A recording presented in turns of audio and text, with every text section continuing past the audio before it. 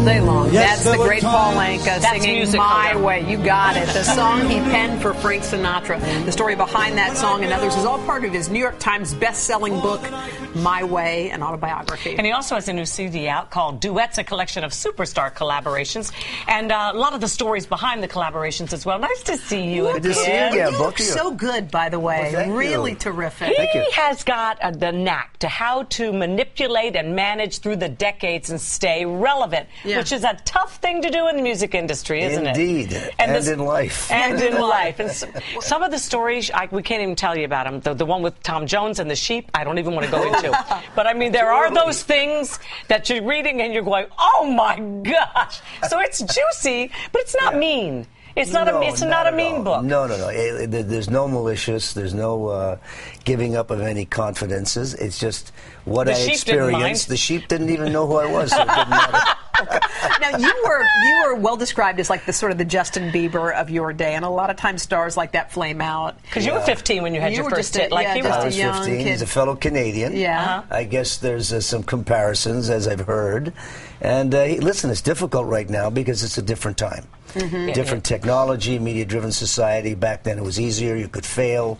You could learn from your failures. Right. Today, The you're under a spotlight was microscope. different. Totally different. And I think he'll be fine. He's got good Canadian blood in there, so he'll work it out. But the thing that never changes is that there will always be screaming pre-pubescent girls, won't there? Absolutely. That'll never And change. how do you talk about how you went from being that guy to then going other directions? And I love the story of you with the Beatles in Europe before they hit here. He had a big part of the Beatles coming here because you went to a certain person they called a guy. Correct. And, yeah, there's all those machinations that go on. I was working in Paris at the time. I used to hang in Europe a lot from age 17, 18. And, we weren't in a media-driven society, as I said. So nobody knew what was going on anywhere in the world.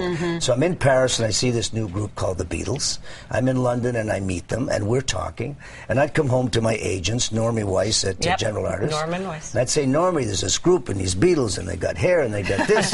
He said, what are you talking about? I said, you got to see these guys. They're unbelievable. Nobody listened. And ultimately, he got on a plane and went over and signed them and brought him over in '64. Wow. But nobody was aware. Today, I mean, I've always used the analogy, if CNN were around back in the 40s, Hitler would never have left Germany. Yeah.